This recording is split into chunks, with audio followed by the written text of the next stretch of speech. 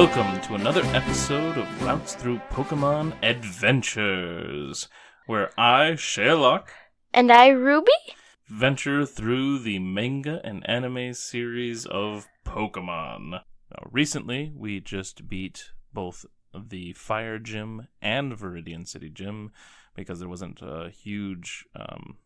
much to do after beating Blaine that we decided to tackle both. Also, we were just excited because we were almost done getting all badges. So we kind of just tackled both of those.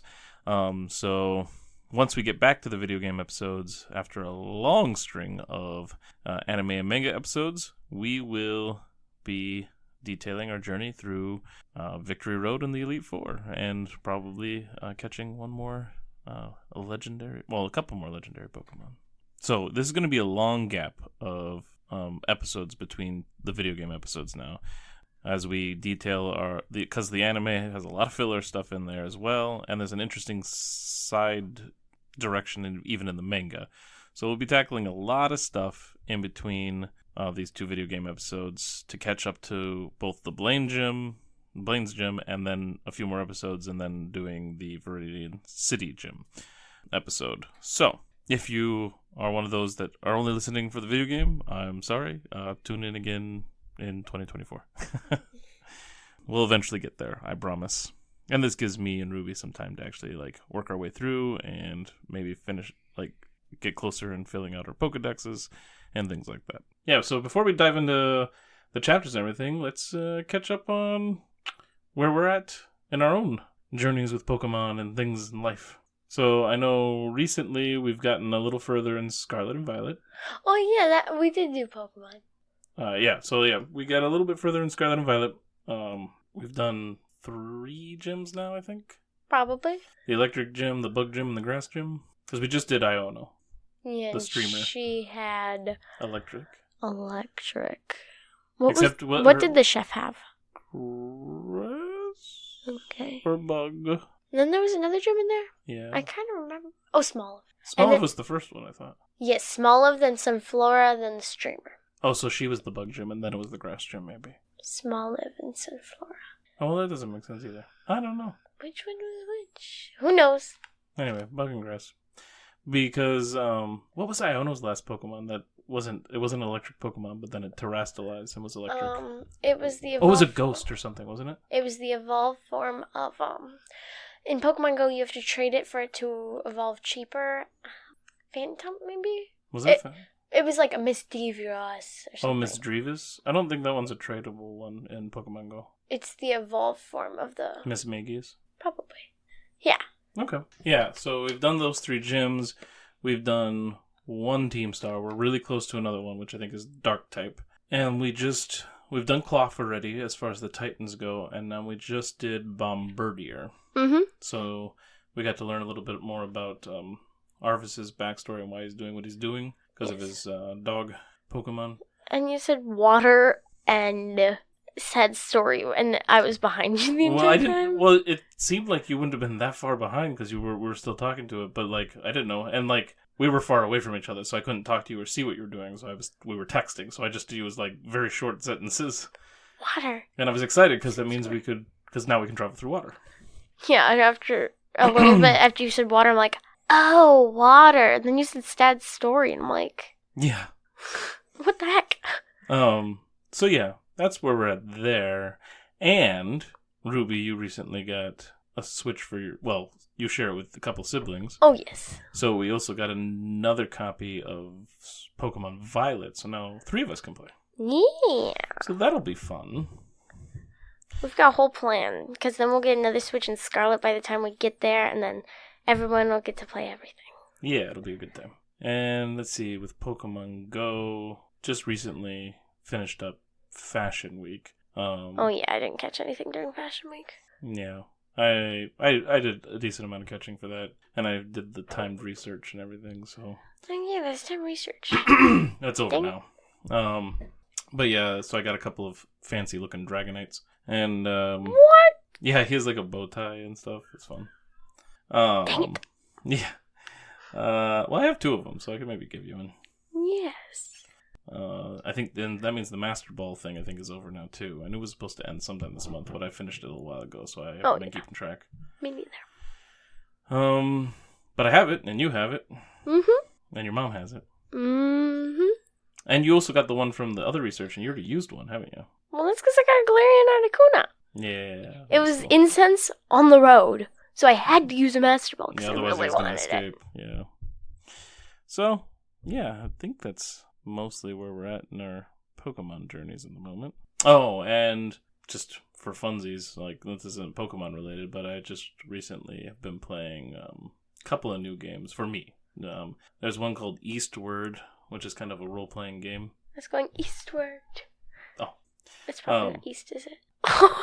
I was doing it very random. Unusually, right? Yeah. Anyway, but yeah, Unusually? Yeah, you're not usually right with your directions. Hey, I know that way's not. Oh yeah, that would be cool. But the sun rises over there in our house, and so it's easy. There you go. And then that's automatically south because I can remember where I know this. Perfect. But so Eastward is an interesting story because you start off underground, and like some people have claimed to have gone to the surface, but it's like takes place like way in the future or something. But it's an RPG, but it's not like most of the RPGs I played growing up, where it's turn-based, where like you just go to a different battle screen and you choose what you're doing and they choose what they do, back and forth kind of thing. Mm. It's more like Secret of Mana, where you're fighting the monsters on the screen. Remember Secret of Mana? Yeah. Yeah. So that's kind of fun. Basically, my weapon's a frying pan, but still, it works, I guess. Use a frying pan. Yeah. I mean, we've got some pretty sturdy frying pans around here. You could knock someone out with one if you're strong enough. But I've also been playing Hollow Knight, which is a Metroidvania type game, and I do love my Metroid games, and I've only played like one Castlevania game that helped define that genre, and that's Symphony of the Night, because I know the ones before it were more not that style of exploration. They made some more after it, because Symphony of the Night is pretty much regarded as like the best Castlevania game. Yep. I still own it too, but I was having trouble getting it to work on my PS2. Your PS2? Yeah, PlayStation 2. We have a PlayStation? We have 2 PlayStation 2s. The black rectangles that we've played games on before? Like, we played X-Men Legends? Huh. Kind of remember. Yeah, okay. They're old. These days, yes, they are very old. Symphony of the Night came out in the late 90s, I believe, so... Imagine how my kids are going to think of Switches. Maybe they'll be old. Yep. And, yeah, it's weird to think about, isn't it? But like, shoot, what was I going to say? Super Metroid. You've played, or you've seen me play Super Metroid a little bit. What? Well, you've seen me play Metroid games besides Metroid Dread. You played Zero Mission. I've completed one and I was working on another, but I don't remember what happened. Oh, did you finish Zero Mission? I finished the first one. Oh, nice. Where the last part of the game you lose your suit and you're running around just as Samus in the blue suit for a little bit till you get your suit back? I think so, yeah. Right on. Okay. So yeah, and that game is a remake of the original Nintendo game, but even the remake is old. I want to say early 2000s, maybe. So before I was born. Definitely before you were born. Because I was like a teenager or whatever at the time, so. Early 2000s and you were a teenager? Just a minute. What? How old were you when you and Mug got married? 22? 23? Anyway. So yeah, that's what's been going on with my stuff and lately. Do you have anything else to add? Anything else interesting we've been doing? The only other Pokemon thing I've been doing is cards. So. That's right. I think you did some battles with your little brother because he really wanted to battle you. He's always begging me to battle. Well, it's fun, right? Yeah. It's not like somebody else in this room doesn't always beg me to do things. I'm the only one in here. Uh-huh. Oh, you must mean Big Teddy, the big bear on the bed. Nope. That makes sense. You. I never. Let's watch Smallville or play some Marvel Champions or anything, please. Well, that's because you're on your computer all the time. Well, what do you with all these recordings, what do you think I have to be doing? I have to edit them all. Well, don't edit them. Just put them on how they are. I don't think our listeners want that. Why not? Our listener. I'm sure we have at least one. Anyway, so this week we'll be covering 3 chapters from the manga. Chapters 23 through 25. We have Make Way for Magmar, What a Dragonite, and Articuno. And then in the anime, we'll be going through Pikachu's Goodbye, the Battling Eevee Brothers, Wake Up Snorlax, Showdown at Dark City, March of the Exeggutor Squad, and The Problem with Perez. Mm-hmm. Okay, so let's get started with Make Way for Magmar. Now this chapter disappointed me a little bit. Not because it was a bad chapter, it was a great chapter, but it spoiled things. It did. Yeah, this whole time you've been wondering, when are we going to figure out about the mystery of the Viridian City Gym? Who's the gym leader? What's going on with the Viridian City Gym? And this basically just tells us right there on the front page. I suppose. Well, it has some information on the front page, and then we figure out more about who we see in that statue later on, as he reveals who he is and who he works with. Does he reveal that he's the Viridian City gym leader? Well, he doesn't reveal that. It's just kind of obvious. Well, at the very what does it say at the beginning? It says these kids are talking about the Viridian City Gym, and they're like, "Oh, it's been closed. It's still closed." And who's the gym leader? And blah blah blah. But then it shows that statue of the guy again, and then the guy. Well, we don't know who he is, but at that point. But then we flip the page, and then we see that same guy hanging out with Red, and Red's like, "Oh yeah, I was just helping you get through the Diglett Cave together. We were looking for fossils. It was great." I don't even think we get his name or anything quite yet, but I think we get it by the end, maybe. Maybe we don't even. We still know who he works for. Just a minute, or with. I can check. Oh, it's at the beginning. The kids say it. So yeah, we get a glimpse of the Viridian. So right at the beginning, we get a glimpse of the Viridian City Gym again, because we've been there before when Red was there getting Bulbasaur. Yeah. And he saw the statue there back then too. Mm-hmm. And yeah, there's a couple kids that talk about how it's still closed, and one mentions that the leader of the gym is a man named Giovanni, which is who the statue is of. Yeah, so we see the statue of Giovanni, and then it basically like in a movie how you see like the statue of a picture of somebody and it fades into the other person, like the actual version of the thing. Yeah. Well, it's kind of like what this did, because you turn the page and then there he is. But with a nicer expression, he's smiling a little bit. Yeah, but you have to start at the top of the page. I know, but it's like it does the same type of thing. Because if it wasn't on the top of the page, it wouldn't be the same effect. Even though it would be placed on the page in the same way, it wouldn't have the same effect of transitioning from statue to actual person. The statue is kind of fadey too. Sure. So it's just cool. I like how they did that. It was cinematic. No clue what that word means. Well, do you know what the cinema is? Nope. Movies. Going to the cinema is how some people refer to going to the movie theater. Huh. What language is that? English. So anyway, this guy that the statue of, Giovanni, he's coming out of a cave along with Red.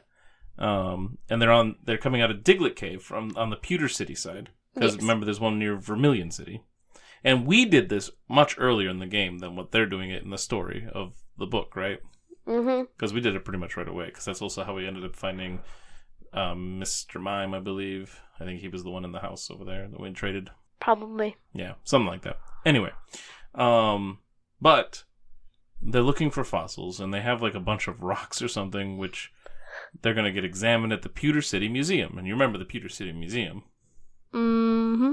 That's the one where we went in. We had to pay a fee to go in the front, but then when we got cut, we were able to cut that tree down and go in the back way. Sneak in. And what did we get inside the Pewter City Museum when we went in the back way? Did we get fossil? We got old amber. So that's the Aerodactyl, right? Yes, it is the Aerodactyl. Not the little guy in the. No, the Kabuto and the Amistar or Ammonite. We got. You didn't say. I do that every time. I always want to. That's why I do it, because you do it. But we got those fossils in Mount Moon back on our way to Cerulean City. That makes sense. And we could only choose one, so we each chose a different one, so that we get both. Anyway, so as they're getting closer to Pewter City, though, they realize that it's a lot hotter than it's supposed to be. They're like, we did just come through the cave and everything, and it is a sunny day, but it shouldn't be this hot. And then they realize it's because it's fire, as the museum is burning. And Giovanni is thinking to himself, and he realizes right away that the flames are caused by Magmar, and then he realizes 2 Magmar. Wait, he realizes that before he sees them? It seems like it. Yeah, he does. Yeah, so he's smart. No, he's not. He's running a evil cult and doesn't know that he's going to get found out, so. And he's still smart. Just because he makes some misjudgments and misjudgments and is evil does not mean he's not smart. Plenty of smart people become evil. Why? Because they want what they want. Why? Do you not want what you want? Well, I usually want what I want. Yeah, everybody does, and a lot of people will do anything to get that. They don't care about the morals. So Red gets to work right away because that's who Red is. He doesn't waste any time. He doesn't think beforehand because of it, but he doesn't waste any time. So if you combine Giovanni's and Red's brains together with the right parts, you get a very smart one. And a very dumb one. No, Red isn't being smart here. He makes good moral decisions. He does generally make good moral decisions. So you take that part, and then Giovanni Can we smart. stop with the brain thing? Fine. Anyway, so Red sets to work right off the bat to deal with the flames. And he even tells, tells Giovanni to stand back so he's safe, right? Because he's like, I got this. I'll take care of this. And he starts with Snorlax to block the heat, since Snorlax is sleeping, and Snorlaxes recover while they're sleeping. So even if he's getting hurt by the fire, he's still healing. He's smart. That was a smart idea, yes? Smart. And even Giovanni's like, well, this is interesting. He's got some interesting maneuvers and methods of thinking. A Snorlax firewall. Clever, but a little ruthless, wouldn't you say? He's the one talking about Red being ruthless? He would recognize ruthlessness if he's... To the period, I get it. Anyway. So then he puts Snorlax away and brings out Sandshrew, which is actually still just a low level, we find out, because he just recently caught it or something. And he doesn't use Poliwrath because Poliwrath's health is too low at the moment for whatever reason. Probably in a battle or something. I think they battled in the cave. Probably, but they don't show that. We never see anything with the Diglett cave. Really? Yeah, except them coming out of it. I thought they were both in a cave. No, the very last thing we saw of them was the Safari Zone of Red. Seriously? Yeah. The Hollow Victory Bell, and then we cut to this. Someone tore out pages since I last read it. Okay. And so he tells Sandshrew to just use Sand Attack. Because Sand it can fire. Huh? Sand puts out fire. And it's a sandy area that they're in apparently. So he's like, Sandshrew would be great. Throw sand in, and it'll also hit the Magmar, but it turns out it's just ticking the Magmar off. Whoops. But it is dousing some of the fire. But then he has Sandshrew run circles around the Magmar and basically create like a tornado out of the sand. That works much better. And then the Magmar are completely covered in sand, and it stops them. Oh, and Sandshrew dug into the ground to hide as the tornado of sand covered up the Magmar, so it didn't get caught in the tornado. Good plan. Because then he pops his head out. So then because Giovanni was like having doubts at times throughout all this, but after he sees the effect of it all, Giovanni is like understanding how capable in ways that Red actually is, and he starts to pull out a Pokeball to deal with the kid right away, like to deal with Red.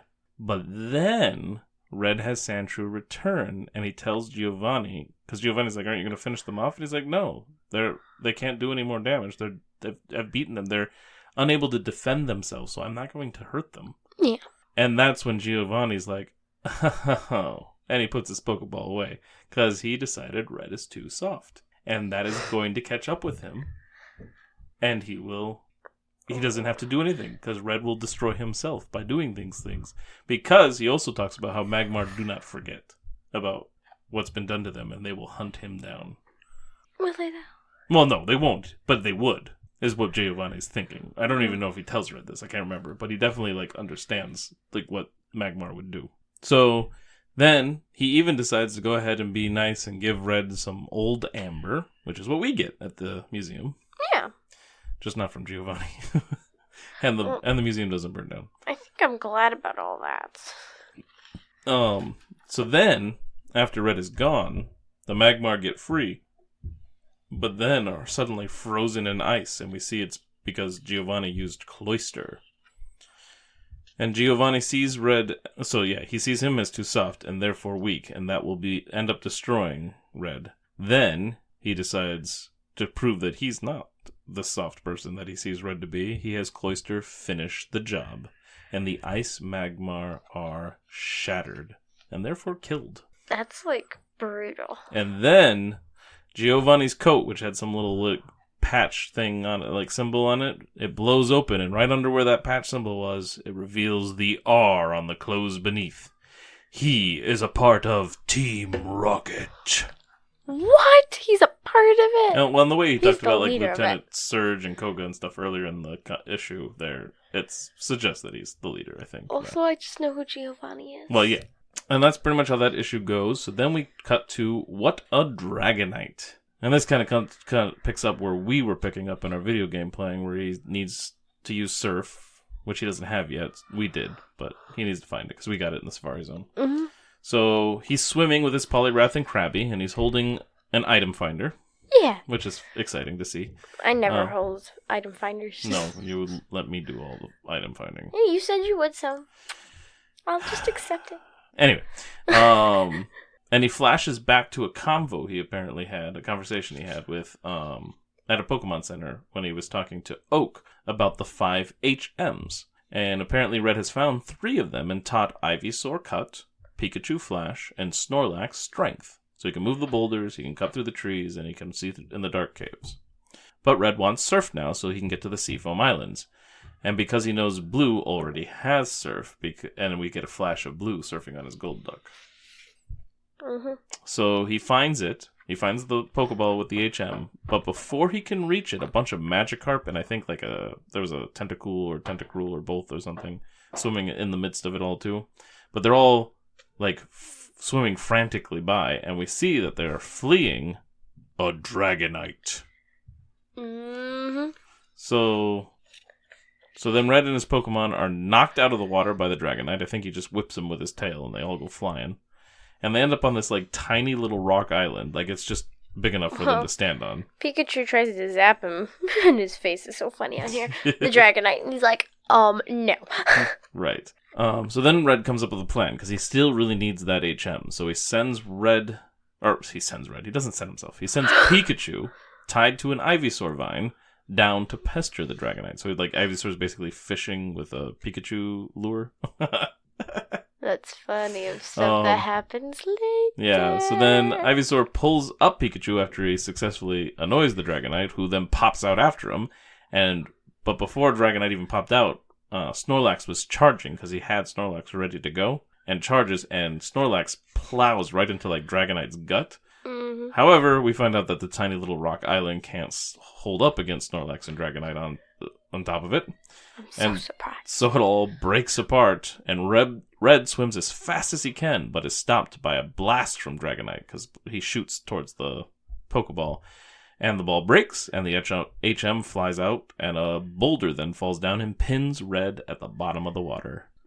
Not good. He's gonna die! Yep, but then a Gyarados shows up in front of Red, looking like he's protecting Red from the Dragonite, and then he sees a mermaid riding on the Gyarados, and she swims down and saves Red, bringing him up to the surface. Then he set up on top of Starmie, and Gyarados and Dragonite hyper beam at one another, and after the smoke clears, Dragonite collapses.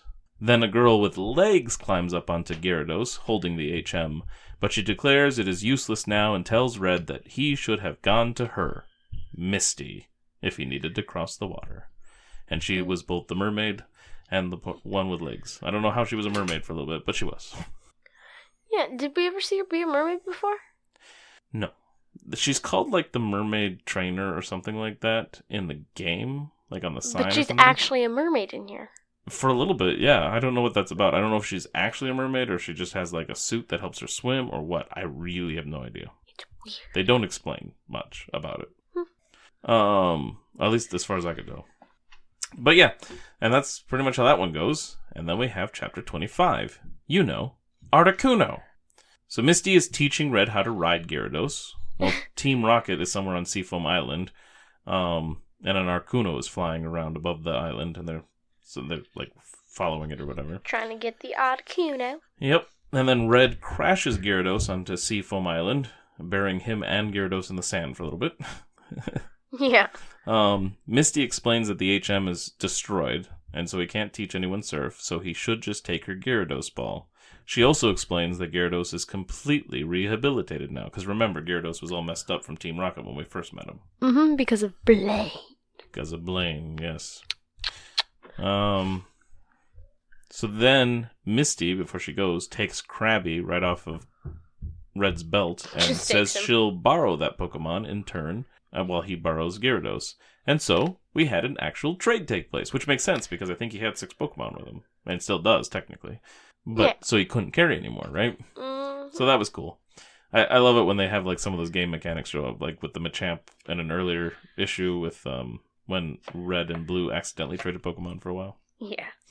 So anyway, that was something that was fun too in Scarlet and Violet when we were playing. There was that person in Iono's city, I don't even remember what the city's called, that wanted a Pokemon that I had, and I don't think you did, and I traded because she had a Haunter that she wanted to trade. And I wasn't thinking about what they do when you trade them. So we traded, and then all of a sudden he evolved into Gengar. I'm like, what is going on? I'm like, oh, right. Did you say Haunter or Ghastly? I said Haunter. I imagined Ghastly, so I was just yeah, it was Haunter.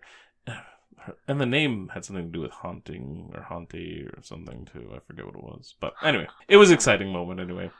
Because I totally forgot that that's what would happen.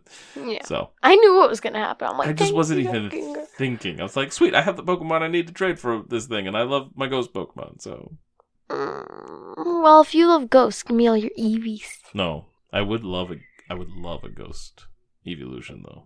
They need to come out with ghost and normal. And... Well, they have a ton they need to come out with. Because there is 6. Is there metal? 8. They don't have a metal evolution yet. But there is 8 evolutions, and there's 16 Pokemon types. So they need 8 So they're more? only got like half of them. Literally only half. Yeah. Yeah, normal, ghost, bug. Fighting, rock and ground, steel. I'm feeling rock, ground, steel, and normal are gonna look kinda like... There's one more. How can we like grayish? I don't know. Anyway, dragon. Did I say? I don't think I said. No, you dragon. didn't say. So dragon. Dragon would be so cool. That some people that's what they want first. I would love a ghost one though.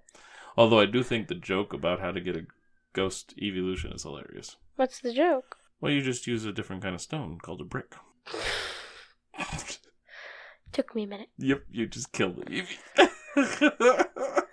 That's so sad. Sorry. That's very cruel to your Eevees? Yes, it is very cruel, and I would never do that to my poor Eevees, but I think the jokes are still funny. The jokes are, but the cruelness is... I do have a dark sense of humor. You can have a dark sense of humor, and it's not really that dark, even.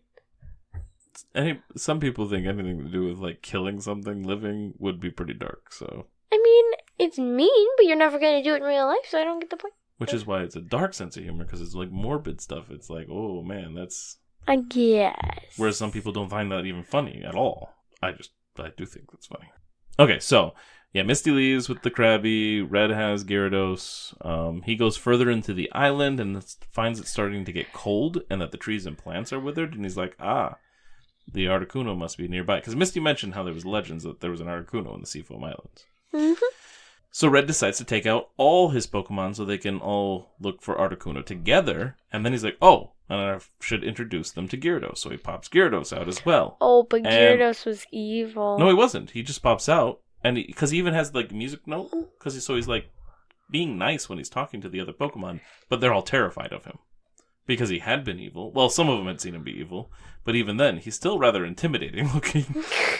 No, I don't think the 4 fangs and the big wide open mouth and tall always snake. Wide open. So Red, they're very nervous, especially those that have met him before. Suddenly, Red is then attacked by a muck because we did see like Team Rocket notice them in one panel. So Pika rushes over to help, but it is Gyarados that gets there first and defends Red. And Red tries to get his other Pokemon to help, but they stay back because they're still nervous about Gyarados. Team Rocket shows up and declares that the Articuno is theirs, and the legendary bird in question sealed itself in ice to protect itself. So Muck grabs the block of ice that is Articuno. Red tries to have Gyarados rush in again, but he's having some kind of relapse from being tampered with by Team Rocket. I mean, you get experimented on, and then you see the people who experimented you. Yeah, so he's kind of weirding out a little bit. So Articuno then breaks out of its ice to fight, I think, and Red tells his Pokemon to stop and forget all about the Articuno. Like, he wanted to go find the Articuno, but now that's not important to him because Gyarados is in trouble and needs their help, as Muck is trying to take Gyarados down while he's in kind of a stunned, confused state. And he has to do some convincing. Yeah, he tells his Pokemon that if they had been captured by Team Rocket, they would be hurting like Gyarados too.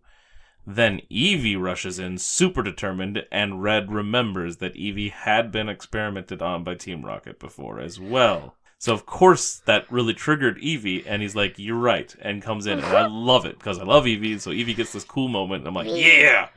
And because Eevee comes rushing in, the rest of the Pokemon are like, oh, okay, we can do this. They need Eevee to lead the way. Well, somebody led the way, and it triggered them all then to do so. It's funny that Eevee rushes in here, just like in one of the episodes we're going to talk about. True. I think you can guess which episode. Pikachu's goodbye. Jeez, people are down here. So yeah, the rest come to help. The Pokemon are doing pretty good against Muck, but he starts to get the upper hand, even though he doesn't have hands, but whatever.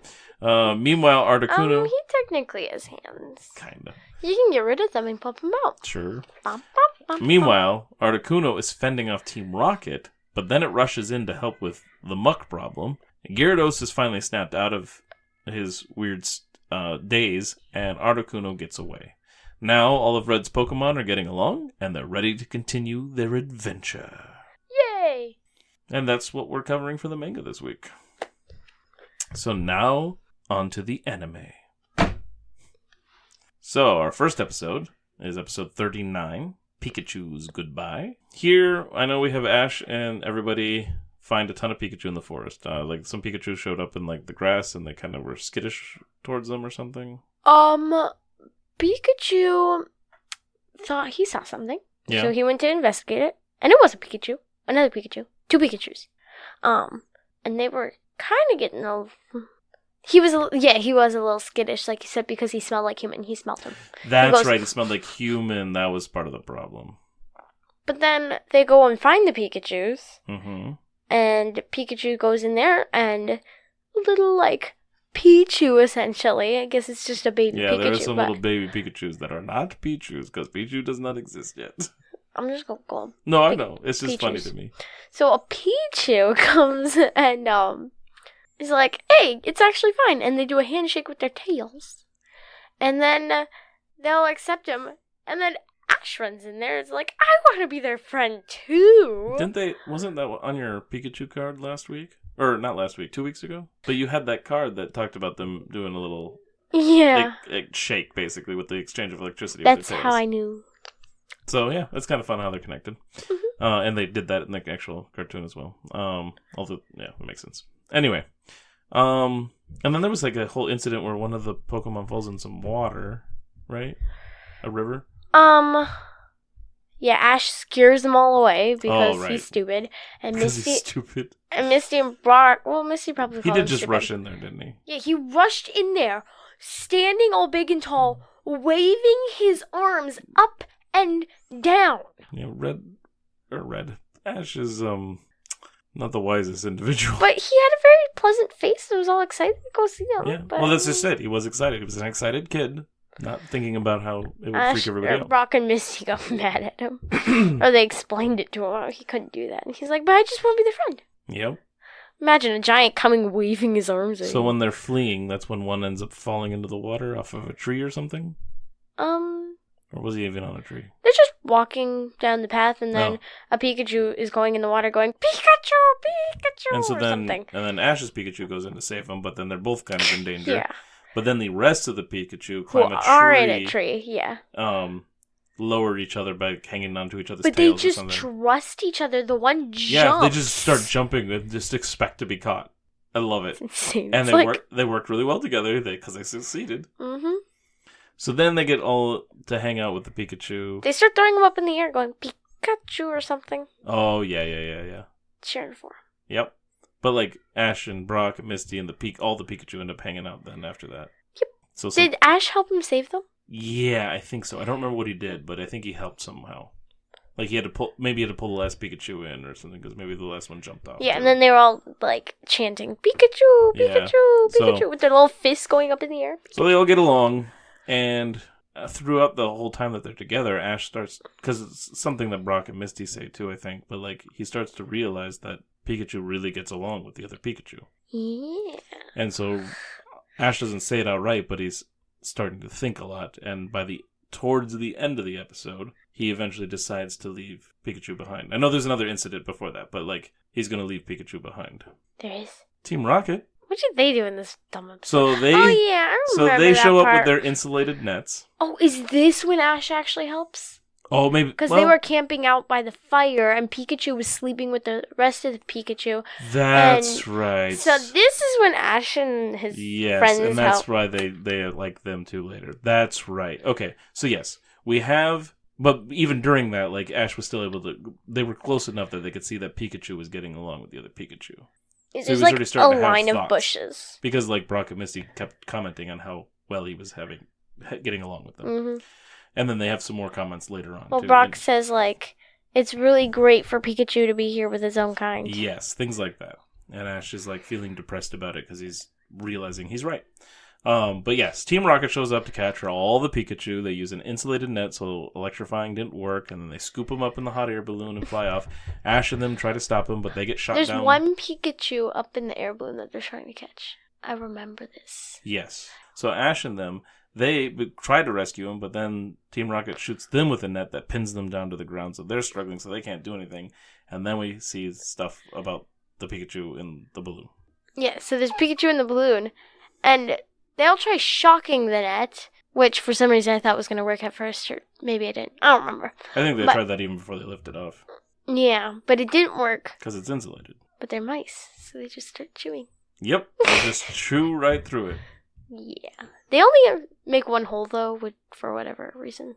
Well, they would all fall right away otherwise. This lets them, like, leap out one at a time instead of just dropping. And Ash and Co. finally got free from the net. Yep. And they scooped up the net and used it to catch the Pikachu. As a net, as a safety net. Mm-hmm. And so all the Pikachu land on that safely, but there is one Pikachu in the basket. Yeah.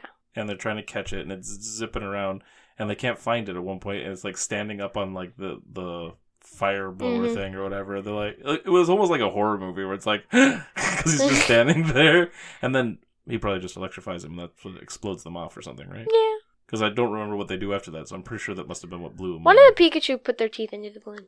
Oh, did they? Mm-hmm. Okay, that could have been. But anyway, Team Rocket flies away. Yep. Unwillingly. And yeah, so then they rescued them, and then with further comments and seeing how well Pikachu gets along with the other Pikachu, Ash is like, alright, we gotta go.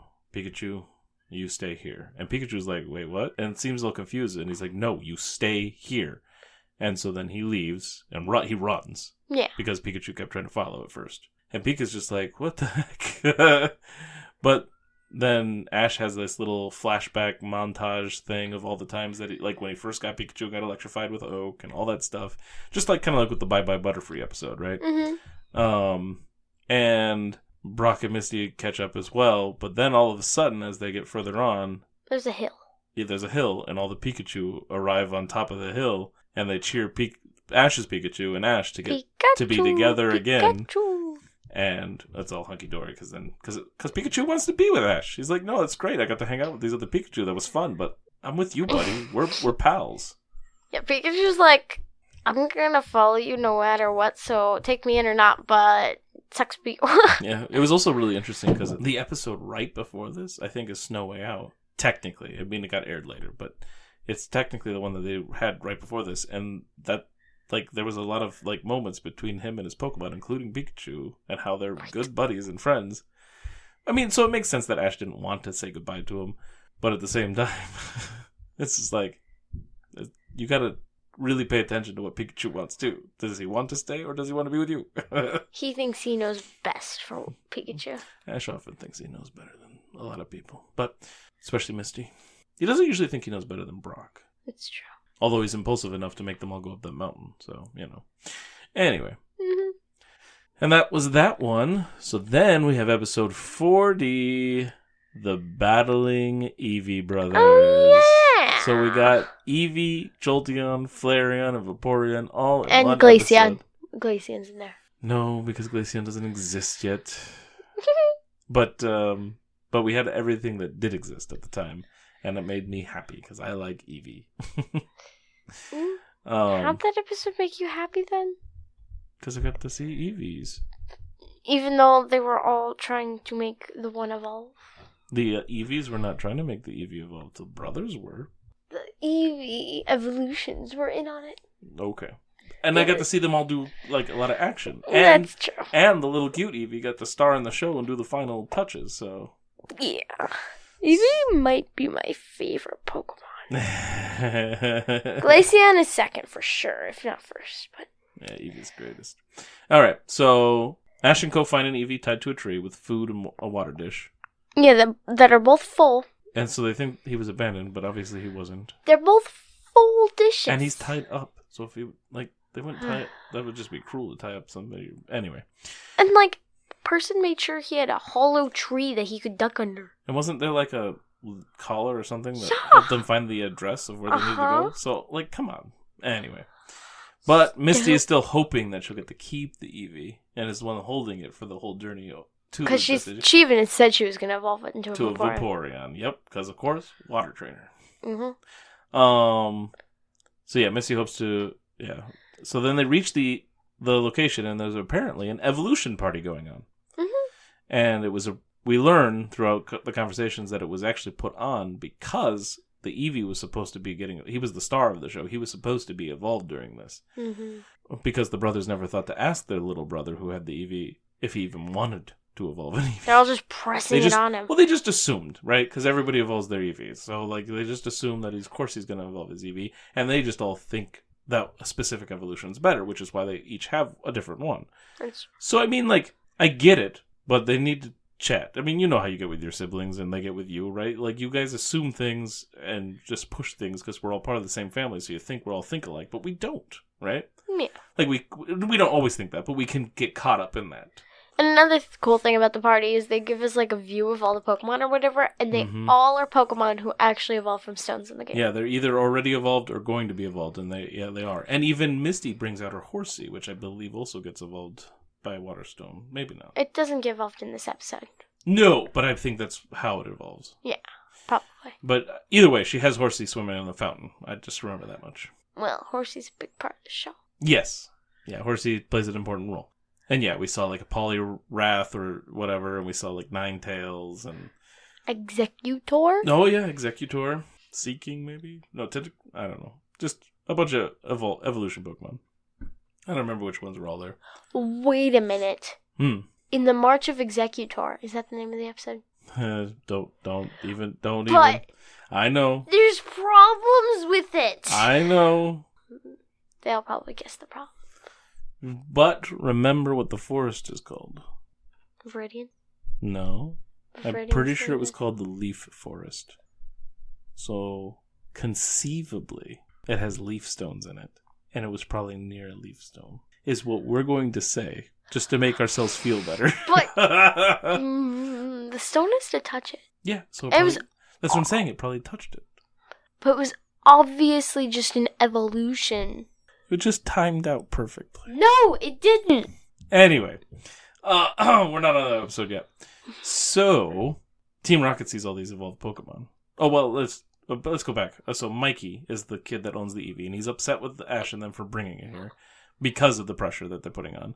Mm-hmm. And our older brothers are Rainer, Sparky, and Pyro. So, the Vaporeon, the Jolteon, and the Flareon. And those are the same names that you name your Pokemon in Pokemon Go, your Eevees in Pokemon Go, to force them to be either a Vaporeon, because it's random in that one, because there's no stones. Well, not necessarily. You can, if you use a Glacier lure module on a Pokestop, it definitely is a Glacier. That's later. I'm talking about the three. The three are random. They're just random. I see. Yes. The other ones aren't random. You have to do the other things for them. But Vaporeon, Flareon, and Jolteon are just random. And therefore, if you want to make sure you get what you want, one time, you can only use it once, as you name them the brothers' names. Mm-hmm. So that's kind of fun. Little Easter egg, I guess, in the Pokemon Go game. So yeah, then Team Rocket they're excited about all the evolved Pokemon. So well, first they're talking about how they need stones. And then yes, they did explain the whole they're also hungry, and it's a party with food. So they look down and they're like, look at all these evolved Pokemon, and they have stones too, and food. Yes. The food apparently plays a big part.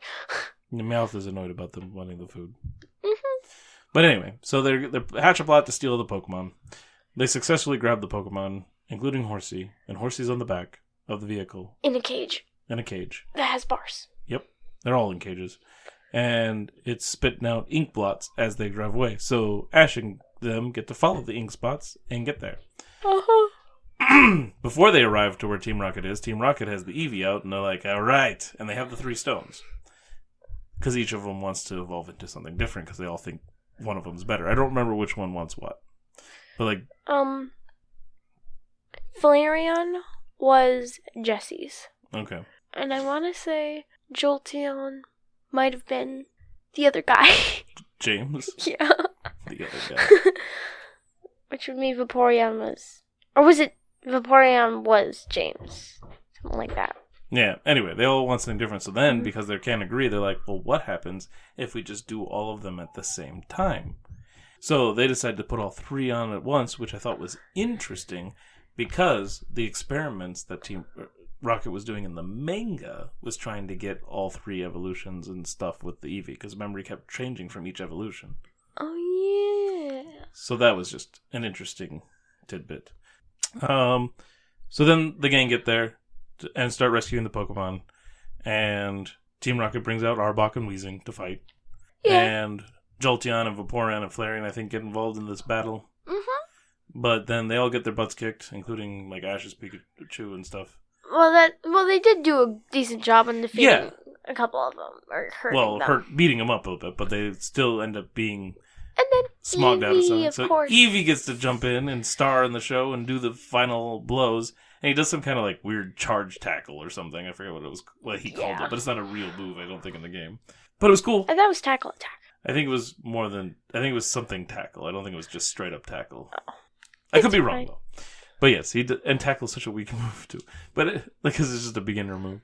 Yeah. But anyway, it still defeats them. Eevee gets to finish it off, and then he's like, I don't want to evolve my Eevee to his brothers, and his brother's like, oh, well, you should have just told us in the first place. And so then they're all happy, and then they decide now they're truly the 4 Eevee brothers, because they have one of each, at least that exists at this point in manga. There's never more. Stuff. Never ever. Nope, never more. Even though there should be more like normal and rock and flying and dragon and stuff. So then we move on to episode 41. Wake up, Snorlax! So the gang passes a weird hippie dude playing Poke Flute. And Team Rocket also does pass the same guy later. And he plays for both of them, and then he asks for payment, and nobody's paying him because nobody asked him to play in the first place. And they're like, we don't have money anyway. He didn't want money. He wanted food. Oh, that's right. Sorry. He wanted payment of some kind. But they sandwich. But they were like, uh-uh.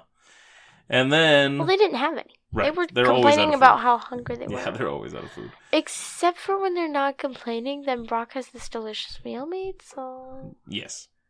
So anyway, Ash and them make it to the next town, and they find out that their food is in a bad spot as well, because the rivers run dry. Well, they're also hungry, and there's no food at the bread store, the market, or anything. Yeah. And then the mayor comes and says they can eat at his house, and while he's telling them about it, they are like chowing down on all the food. And then he's like, yeah, there's not a lot of food right now, and they'll stop. He's like, oh, don't worry, for some reason, or whatever. Well, because he has plenty stored up or something. Yeah, it was funny. So, anyway, yeah. So he explains that the river is dry, and so something must be blocking the water up ahead. So then Ash and them decide to go investigate. And they have to go through some brambles, and for some reason Psyduck is out of his ball and gets poked in one of the thorns. They were trying to use Pokemon to get rid of him, but it didn't work. That's right. And Psyduck, poke, Psy! I love Psyduck. He's the best. So then they get through there, and then they finally find the Snorlax. And it's sleeping, and they can't get it to wake up. And Team Rocket shows up, and they also want to get it to wake up because they want to catch it or something. Of course. Of course. And they even have, because they're trying all kinds of weird methods, and they decide to dress up Meowth as a prince to wake up the sleeping Princess Snorlax. But he fights it, and Psyduck actually ends up being the one to kiss it. And he blushes afterwards, which is hilarious. And Misty, I think, even makes a comment about how it's going to give him nightmares or make him sleep even longer because nobody's going to wake up after Psyduck comes at him. She hates Psyduck so much. It's true. Even though, she knows it has good moves. Yeah. Well, it had good moves in Koga's gym, and so she got excited about that, but then she tried to use them in the Bridge Bike Gang. And it did not go well because it didn't have a big enough headache. Yeah. And she was very frustrated. And he keeps popping out when she doesn't ask him to. It's the best. Yep. Or no, it's good stuff. Anyway, so they're all failing, and then I don't remember if it's the Pokedex. It is that tells them that a Pokeflute is the only thing that wakes them up. Yeah, they mentioned that Brock or somebody's is I think I've heard that before, but okay, it's the Pokedex. Yeah, so then they're like, hey, the hippie guy had a Pokeflute, and they all rush over there trying to beat each other. Yes. And so then they convince him to come and help out, and he wakes up. Well, Team Rocket gets blasted off for some reason. They got into a fight or something. Oh, probably. But they come back later. I know, because then they get squished. So anyway, Ash's group gets the guy to come back over to the Snorlax. He wakes him up. He's like, oh yeah, I was late. I was supposed to be here before, because he apparently has a schedule for the Snorlax to wake him up. Once a month or something. Yeah. Because he's the trainer. Yes, he's the Snorlax trainer. We found out he has more than one. We do. Yeah, he mentions that he has a few of them, that he has them all on a schedule that he has to go around wake, because he talks about having to wake up some more of them. Mm-hmm. Well, after they wake him up and he steps out, the water still isn't coming. Yes, so it wasn't the Snorlax's fault. Well, partly. Maybe. The water would not have gotten around Snorlax. Maybe. I don't know. But it's a bunch of brambles. It's more brambles. And they're like, how what are we going to clear this? Because there's at least 2 big patches, and then they start moving. And then the hippie dude says he's got a case of the munchies, the Snorlax does. Yes, and the hippie dude definitely sounds like he's on drugs, and so this is definitely a nod to the fact that a lot of people that do pot get the munchies. But anyway, so yeah, Snorlax is moved, he eats the thing, water's flowing again, things are good. And then, is it that same Snorlax is the one that goes back to sleep in a different spot that squishes them? He walks over to, the middle of a dirt road or something. And then the Team Rock's is like, ha, we're going to catch him because he fell asleep. Yeah, he does fall asleep there. And then he rolls over. And then he tips over, yeah. So they have to wait a month to get out of Because, there. they hear that he sleeps for, a month, yeah. Poor guys. What? Well, would you want to be squished under something for a month? You're going to die. They should already be dead. Oh, yeah. All right. So then, episode 42, Showdown at Dark City. So, the first thing I want to note about this episode is apparently Pikachu loves ketchup. Very, very, very, very much. He was hugging that ketchup bottle for a while. I feel so bad for poor little Pikachu. He's so obsessed with that bottle of ketchup. He's not that obsessed with it. He just has this bottle of ketchup and is continuously licking the top and squeezing them around. Yeah. And then it gets broken at some point. Yep. Which is so sad because then, in the next scene, he's in the front of the screen, close up to the camera, and you can kind of see the other people in the back with his broken ketchup Yes. And I feel so bad for him. I want to go give him a bunch of ketchup bottles. So anyway, when they first arrive in town, everybody's running off the streets because Pokemon trainers are here, which apparently is bringing terror to the poor civilians in town. Yeah. And we later learn it's because there's 2 rival gyms in town, both of them wanting to be official Pokemon League gyms. Mm-hmm. And so they keep fighting each other and recruiting trainers and increasing their gangs. Because basically they're just two gangs in a gang war. And so that's because they're not just Pokemon fighting. The people are fighting too. Like, they're hurting each other. Yes. And at some point, they give false names, but I don't remember where that is. So, what they're doing is the gang was fighting, or as soon as they walk into town, before the whole the ketchup thing happens later, but, these kids start throwing, like, sticks or something at them from the roof, and so Ash orders Pikachu to shock them, but he doesn't know they're kids. Yes. And they get all mad at him for shocking them, and then this guy invites him into their restaurant because he knows they're not bad or whatever. Mm-hmm. And then... which is where Pikachu gets the ketchup. Yeah, the ketchup they're constantly looking at. And... yeah. Are the Yaz Gym and the Kaz Gym or whatever? Yes. I think it's the Yaz Gym? Well, there's also... I thought she was this person was a bad person. And I actually thought it might be Jessie, but it wasn't. Later we find out. The trench coat lady? Mm-hmm. Yeah. And, so she's in there and we just kind of see her. Not everybody might think much of it or whatever. But then Yaz Gym comes in because they might have heard there were Pokemon trainers in there or something. And so they run up there to hide, but then they start, like, oh, is that Jessie and James? Yes. Jessie and James are Kaz or Yaz Gym bodyguards. Don't remember. One of the other bodyguards. And I want to say it's Yaz Gym, so we're going to go with that. Yaz Gym bodyguards. And they're trying to get food for the rest of the people, but the Yaz Gym hasn't paid their bill, and it's $200 or something, or really expensive.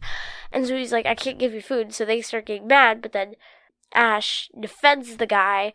And then 2 more people from Yaz or Kaz Gym or something come in. I think probably after Jessie and James have left or something. But they say they saw how good they fought or whatever. And that's when they get their nicknames. Yeah, so because they don't want to give their real names for some reason. So Ash says Ketchup. Right, but then he changes it to Tom Ato. His first name is Tom. And his last name's Ato.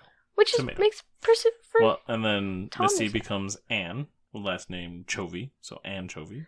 And both of those are good names. And Brock comes up with Caesar salad. Well, that's because there was a girl in front of him. Yeah. I mean, if there was no girl, he would have come up with, like... probably, but his girls in Brock. Caesar, there's no name of that. And salad... now you sound ridiculous, because Caesar is a... what? Oh, yeah, Caesar's a name. I feel bad for the poor sucker whose name is Caesar. Okay. It's also, was like a title. Julius Caesar. And I think it's actually the name of a monkey in Planet of the Apes. Well, sorry, an ape in Planet of the Apes. Okay. Anyway, when Ash and them end up at the one gym to be recruited, the leader of that gym wants to challenge him, and he has a Scyther. Which gym had a Scyther? Do you remember that? Nope. Oh, I can't even remember what type of Pokemon each gym had, because one had like one type, and the other seemed to have another type, but then they have the Scyther and the Electabuzz, which weren't matching the rest of the types.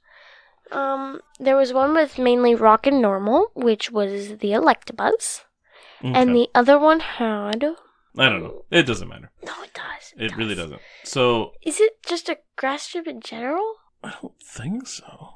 The gym leader there is like, well, they can't be accepted until I challenge him. And so he sends his Scyther out at Ash right away, which is what breaks Pikachu's ketchup bottle, which causes the tomato sauce to end up all over Scyther's eyes, and so he goes crazy. But Pikachu is the only thing that matters. It doesn't matter that the Scyther went crazy or whatever. Well, this is an important plot element, because then they learn that red makes Scyther go crazy. Yeah, I suppose. Because then they end up using that against all the gyms, because apparently it makes Electabuzz go crazy too. Because... things devolve from here. Things get really out of hand. Well, that's because he said no. Ash said no to be part of the gym. Yeah, because he didn't want to... yeah, because they were in it for the wrong reasons. And Ash didn't want anything to do with that. And so, yeah, the gangs are still at war, but then they also don't like Ash, and Ash sets up a plan to bring them all out at the same time and uses Ketchup to drive the Electabuzz inside their crazy and attack their own people. And they're like, call them off of us, blah, blah, blah, blah. So they dump. Who do they dump ketchup on then? I think they first just get ketchup on the 2 Pokemon, but then they end up putting the sauce on like the gym leaders too. No. They just put ketchup on the 2 leaders. Oh. Then they put ketchup on the 2 Pokemon so that they fight each other. That's right. You're right. Okay. I got the order wrong. But that's still, everybody's covered in ketchup. Well, Team Rocket is. The rest of the Yazoo-Kaz gym aren't covered in ketchup. And so then the 2 gyms are like, that's it. We're getting this punks. And they team up to do so. And it gets to be a point where it's going to be really bad. And then they're all told to knock it off by the Pokemon gym inspector. Well, before that, they wanted to team up to attack the twerp. And he's like, I thought you guys learned your lesson. And I thought it was going to get real bad right then.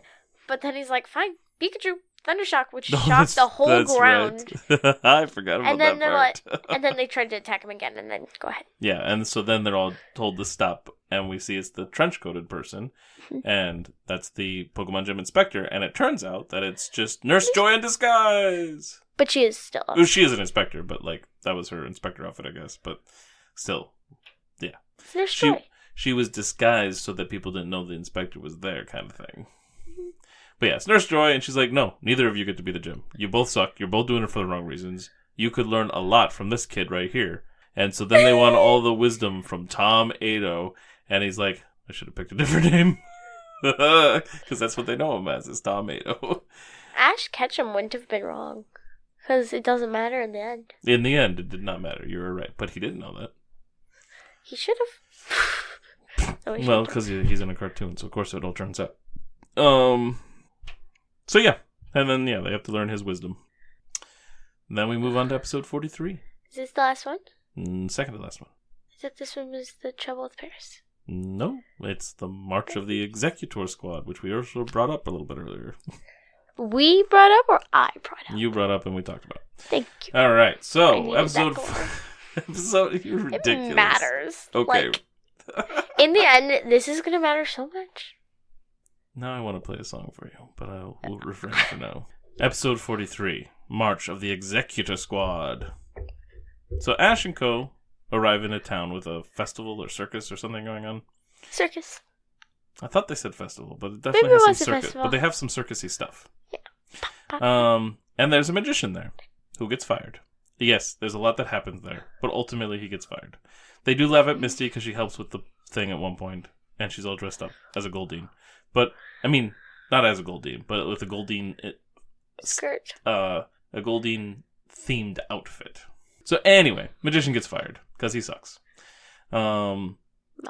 And yeah, Melvin, the magician. And he has like a staff that can shoot fire sometimes. I don't understand that because it seems like it might actually be magical because he has to believe it or something, and it's tied to his willpower. But moving on. So Ash tries to help, and he does his own little magic trick using his 3 starter Pokemon. He has a magical box. He can make anything appear. Fire, water, grass. That's it. But then they are cramped in there, and they tumble over each other and they get in a fight or something. Not really. The Charmander is just really trying to keep his tail to himself, and it's kind of hard. That's right. And so then so that all falls apart. And the magician has an Exeggute, and this is important. It's the only Exeggute he has. He doesn't have any other Pokemon. Oh, so it's the only Pokemon he has. Yes, okay. And only Exeggute. Well, sure, but like that doesn't mean much because a lot of people only have like one type of a certain type of Pokemon, right? Granted, Ash does have like 30 Tauros, but still.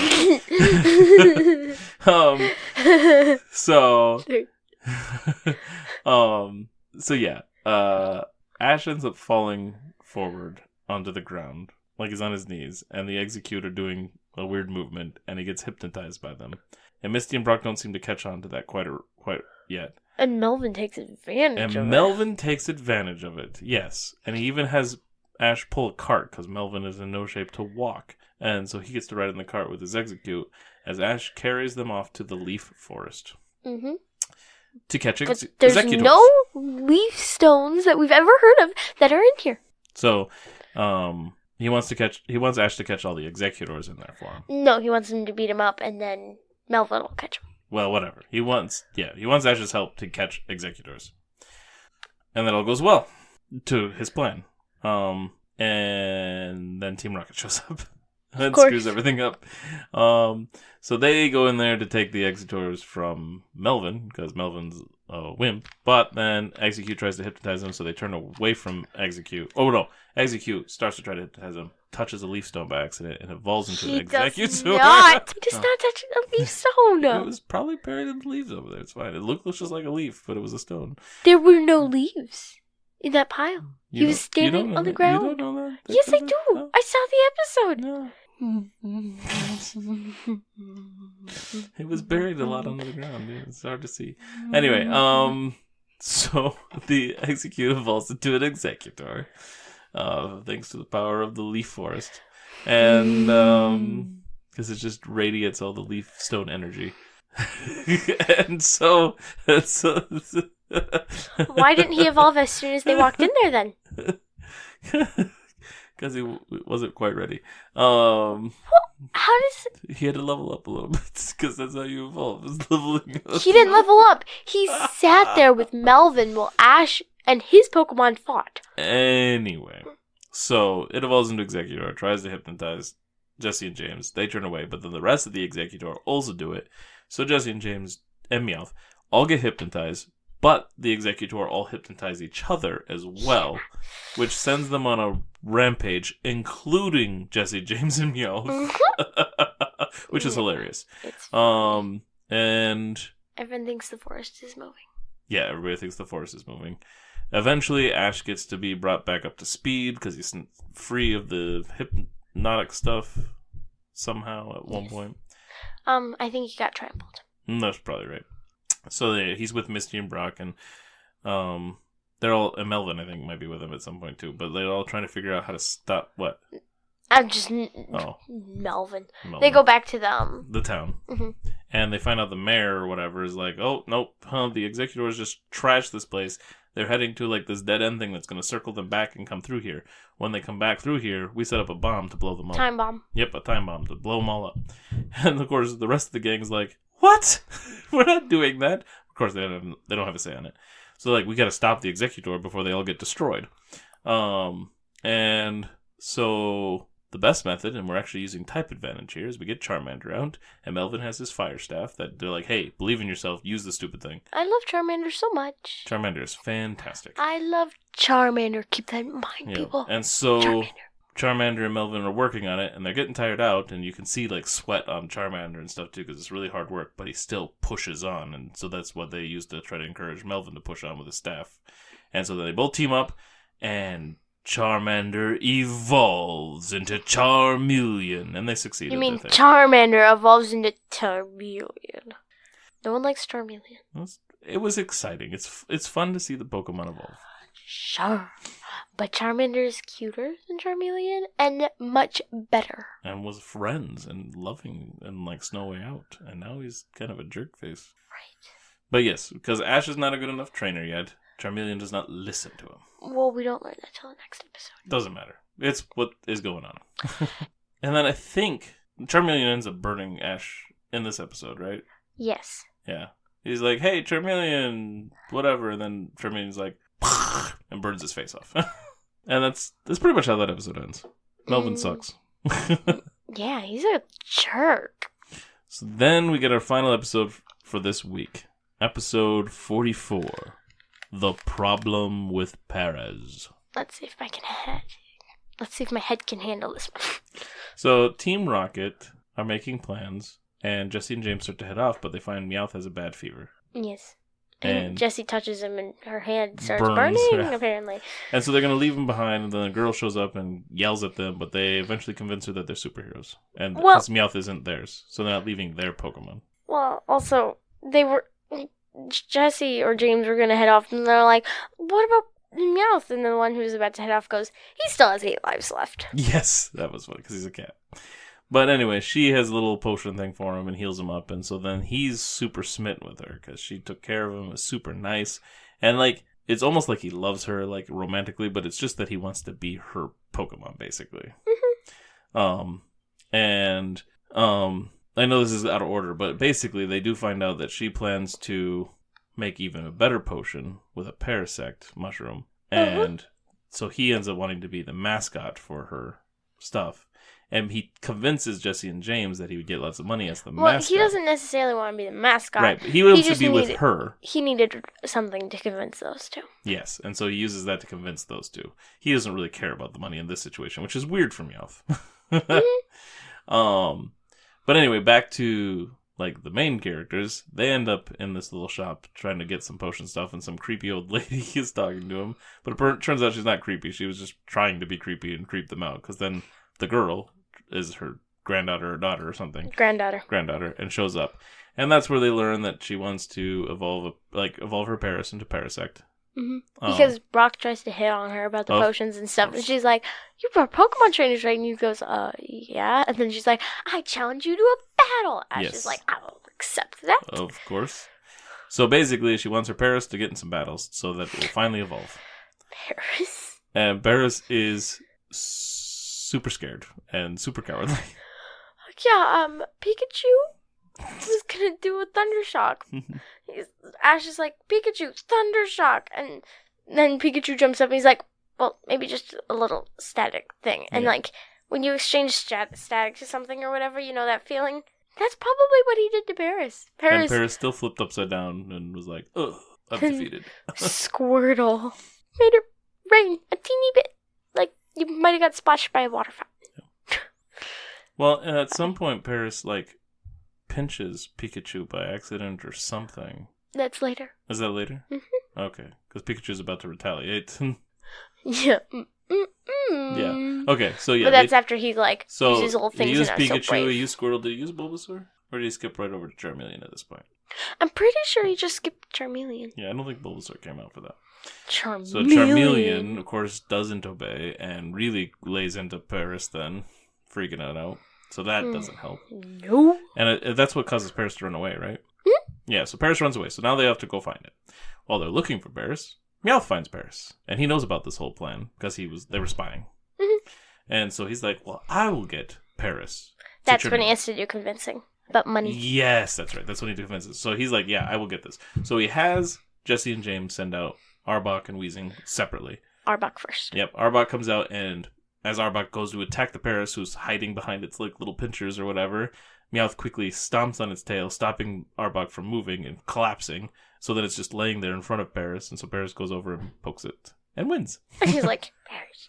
Yeah. And then Weezing, similar, I think Meowth swings in from a vine and kicks it or something. He's holding a tree branch back. Oh, that's right, the tree branch, and then snaps it. Branch. We both called it a branch. Whatever, the branch.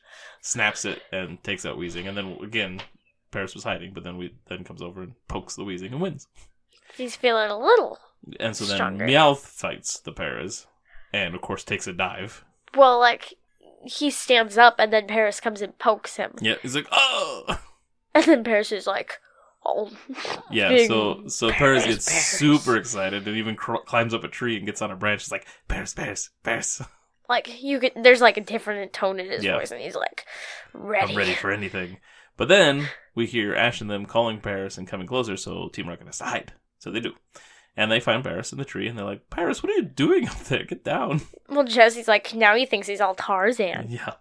So, of course, Paris comes down with a new energy.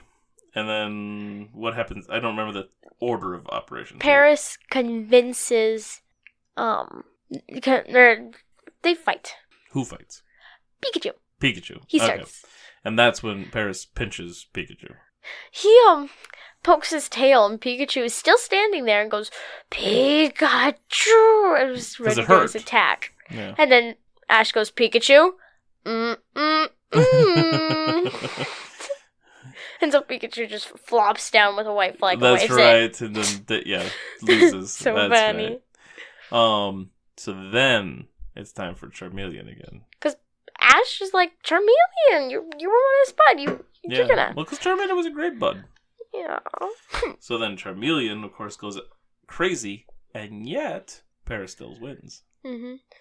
And that's when Paris evolves into Parasect. And Charmeleon gets back up and wants to.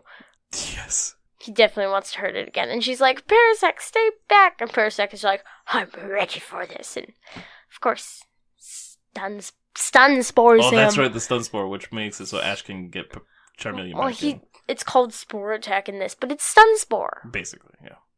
Or sleep powder. One or the other. They called it Spore. I know they called it Spore, but it looked like Charmeleon kind of went to sleep, so it could have been sleep powder. Could have been either one. Yeah, that would make more sense. And the powder is basically a spore as well, so it's all fine. And yeah, so then she has the mushroom she wants. Meow. What happened to Meowth, Jesse, and James? Because they got like beat up or something, didn't they? Okay. Oh, so after they hid, they conspired that they could evolve the Paris for them. So they are spying on him, and then when Charmeleon gets sent out, he does like attack the Paris essentially, and makes the Paris a little more nervous. But then they all pop out and start cheering for him. Charmeleon like whips him with their tail, and they blast off. But then like the lady finds him. Yeah, because she's patching him up at the end of the episode, and then Meowth is talking about staying, which is like, no, I could never keep you from your superhero duties. That would be terrible. And besides, we have this Persian, and I'll treat him just like I would you, which sucks for Meowth. Poor Meowth. And so Jesse, James, and Meowth had to leave. And Ash and them had already left by this point, I think. Yeah. And that was that. Now that we've gone through the episodes, before we get into our next segment, a couple questions for you. Which was your favorite episode in the ones we watched today? Oh. Or watched for this week? I like the Snorlax one and the Paris one. Okay. And who was your favorite Pokemon in those episodes? Psyduck. Psyduck's always the favorite. And how about the manga? Which out of the 3 chapters was your favorite? The one where he gets Gyarados. Okay. So when he's trying to get the ball in the bottom of the water, Dragonite and Gyarados fight. It's a really cool one. Yep. I think my favorite is Make Way for Magmar, which introduces us to the bad guy. Yeah. And like what he does is terrible. Like it's awful that he kills those Magmar like he does. But I think it's a really cool scene because it really shows us just who this guy is and that he's not a good guy. And that's true. So just getting to know him and everything, I thought was a really cool little side adventure there. As far as the episodes go, I think... Well, no, it's obvious. My favorite is the Battling Eevee brothers. Yeah. And Eevee's my favorite of the episodes we watched. There's an Eevee. I'll just stick to my Psyduck so you have 2 favorites. So mine all comes from one episode. But yeah. No, Psyduck is great, though. As a continuing character in the show, definitely a favorite. But now, it is time for our Pokemon card game segment. Ruby, do you want me to start this time, or do you want to start? You can start. You haven't started much. Okay. I will go first. So, my first Pokemon that I get... Oh, sorry. I guess we didn't say. We're both doing Evolving Skies today. Sword and Shield Evolving Skies, if you care that much. Yes. So I have Flabebe, Psychic Pokemon. Flabebe wears a crown made from pollen. It's collected from its flower. The crown has hidden healing properties. Then we have Roggenrola, Fighting type. When it detects a noise, it starts to move. The energy core inside it makes this Pokemon slightly warm to the touch. I got a Psyduck, Water type. It has been found that its brain cells are 10 times more active when Psyduck is experiencing a headache. Psyduck. I've got the same picture one. Nice. Swablu, Normal type. It constantly grooms its cotton-like wings. It takes a shower to clean itself if it becomes dirty. Seedot. This one must be different than the one that Flame had last time, because it has different text here. It attaches itself to a tree branch using the top of its head. Strong winds can sometimes make it fall. Okay, and then my little shiny, reflective one, foil or whatever. Teddy Ursa. Aww. Just a common. Colorless. Before food becomes scarce in wintertime, its habit is to hoard food in many hidden locations. Ooh, I have a dragon-type Pokemon for my rare. And it's Flapple, evolves from Applin. I know what Applin is. I forget what Flapple looks like. It flies on wings of apple skin and spits a powerful acid. It can also change its shape into that of an apple. Basically, the apple skin and everything just splits open. to become wings Oh, goodness. to flap with it, but must be able to fold them back in. What, to make it look like two an apple. types? Is it grass and fire? Yeah, colorless, grass, and fire are the one. Yeah. So yeah, grass and fire to do its bigger move. If your Pokemon's active Pokemon is a Pokemon V, this attack does 80 more damage. So it does 80, but it does 80 more. I've got a Vulpix V that, with no energy attached to it, does 10 damage unless it's a V. It does like 60 more damage. Oh, nice. For no energy. Nice. So I also have Electric Energy. Nice. I have the Ribbon Badge. So if the Pokemon V this card is attached to has Sylveon in its name, and I actually bought one of those not that long ago. A Sylveon V? Yeah. In one of those tins? I think those are the got. Oh, yeah, you did. Yeah. Is knocked out by damage from an attack from your opponent's Pokemon. That player takes one fewer prize card. It's a heart-shaped one. Ooh, another dragon Pokemon. Uncommon. Zwellius evolves from Dino or however you pronounce it. Oh, I think I know what that. Their two heads will fight each other over a single piece of food. Zwellius are covered in scars even without battling others. Because they battle each other. Goodness. And a trainer card, Supporter. Zinnia's Resolve. You can play this card only if you discard 2 other cards from your hand. Draw a card for each of your opponent's Pokemon in play. And that's mine. Fletchling, normal type.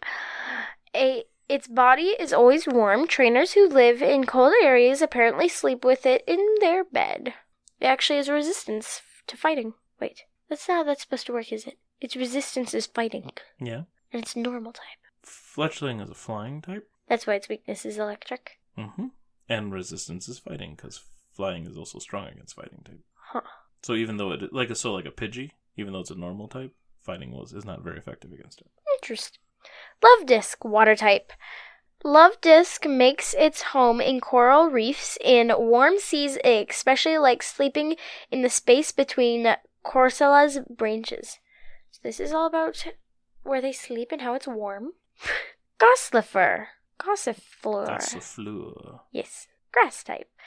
It whirls around in the wind while singing a joyous song. This delightful display has charmed many into raising this Pokemon. Okay. Slackoth. Normal type. If it eats just 3 leaves in a day, it is satisfied. Other than that, it sleeps for 20 hours a day. Emolga, electric type. Emolga, electric type. As it flies, it scatters electricity around so bird Pokemon keep their distance. That's why Emolga can keep all its food to itself.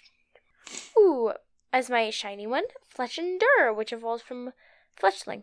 So I've got both. Oh, gotcha. Normal type. It also has resistance. Its speed after takeoff already puts it in the top speed class of all bird Pokemon. Hey! For my rare, I've got a Hydreigon, a dragon type. Hydreigon, which is Zwellius' evolution. Mm-hmm. Yep. Oh, nice. Yeah. It's got some like shine to it too, doesn't it? Does. Nice. The 3 heads take turns sinking their teeth into the opponent. Their attacks won't slow until their target goes down. Look at it. Yeah. So like Hydreigon. It's a combination of 2 words here. So like Hydra, which is a multi-headed dragon in mythology, and Legion, which is a bunch. Hydra Legion. Yep. So Hydreigon. Psychic and Dark, huh? Nice. And then I got Psychic Energy. Oh, perfect. Perfect. Yeah, might as well. Yes, is Psychic Dark as well. Nice. Then I got Aroma Lady. Supporter trainer. Draw 2 cards. If you do, your active Pokemon recovers from all special conditions. Nice. Then I got a Moon and Sun badge. Oh, fun. If the Pokemon V this card attached to has Espeon or Umbreon in its name, whenever your opponent plays a supporter card from their hand, prevent all effects of that card done to that Pokemon. I think I have Espeon V as well. I don't think I have an Umbreon V. No, you don't have an Umbreon V. But I think the other 10 I got was an Espeon V. So I got Sylveon V, an Espeon V, and then Hisuian Decidueye V. Yeah. Rapid Strike, Scroll of the Flying Dragon. The Rapid Strike Pokemon this card is attached to can use the the attack on this card, you still need the necessary energy to use this attack. It's fire and electric. Meteor, discard 2 energy from this Pokemon. This attack does 90 damage to one of your opponent's Pokemon. Don't apply weakness and resistance for benched Pokemon. Nice. And that's all my cards. Well, very cool. All right. So I think that wraps up our episode this week. And yeah, next week we will, let's see, maybe I should go over what we'll cover. So if you guys want to keep up with us, you can. All right, so yeah, next week we will just be doing anime episodes, no manga this time, and they will be episodes 45 through 52, which are The Song of Jigglypuff, Attack of the Prehistoric Pokemon, A Chancy Operation, Holy Matrimony, So Near, Yet So Far-Fetched, Who Gets to Keep? Togepi, Bulbasaur's Mysterious Garden, and Princess versus Princess. And yeah, so yeah, next week will be anime episodes. The week after that will be even more anime episodes, plus a chapter of the manga, because that will catch us up to the Fire Gym. So, with all that out of the way, Routes Through Pokemon is a Hunterfield Institute production, and you can find us on Spotify, YouTube at Hunterfield Institute, Apple, and Amazon. And maybe some others out there. Please like, subscribe, rate, and review. And we also have a Facebook group for Routes Through Pokemon, so you can reach us there. And you can also reach out to us at hunterfieldmanor@gmail.com and just put Routes Through Pokemon or something in the subject heading, and we will be happy to get back to you. Before we sign off, I just want to say that this is our last episode before the holiday season. We will be taking a couple-week break as we enjoy the holidays as a family, and we should be back on January 10th, barring any other concern or any other hiccups or something. And with that, I think we will close out our episode. Thank you all for listening, and we will catch you on the next route. Bye. Bye.